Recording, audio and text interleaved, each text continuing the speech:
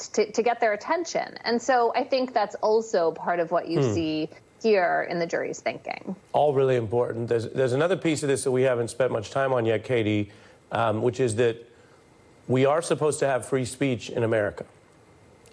Precisely because we have free speech, sometimes the courts determine it is expensive. In other words, in Russia or North Korea, the government prevents you from speaking in the first place. You don't have free speech. They don't allow you to speak at all. In the United States law, and I don't want to get too far in the weeds, but that's generally called a prior restraint, and it is usually, in almost all cases, not even allowed. The government cannot prior restrain. I'm talking to you live on TV right now. If we use these airwaves to defame someone, we and these airwaves might later have to pay a defamation penalty. But there's no government line between what you and I say. That's why we do our homework and we try to vet our guests and all the rest. I wonder what you think about the fact that, yes, we live in a country where Trump was allowed to speak first and speak again.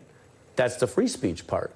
But Ms. Carroll was also allowed to litigate whether he had crossed these civil lines of defamation, which now twice the courts have found he has. What can we as a society learn about that and the difference between these references to free speech and why actually it is supposed to be costly if you clearly, maliciously cross certain lines?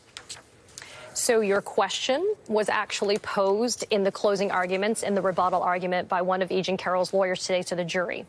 Sean Crawley got up and said to the jurors, you know, if E. Jean Carroll made the allegations that she made and they weren't true, Donald Trump had recourse on his own. Sure. He could have gone to court and lawfully defended, but he opted to take the unlawful route. And because he took the unlawful route, that is why he finds himself here today with no one else to blame, as we heard from Christy as well earlier. And so to your point, all of this free speech concept is fantastic for us as we live in an American democracy. But Donald Trump has also tasted what he's saying is prior restraint because he has limited gag orders already in other cases. But as you know, and as you cover extensively, other courts have found that that is not prior restraint, that these are legitimate limited gag orders that need to be in place, which just goes to show that Donald Trump has to have muzzling because he can't control what he says.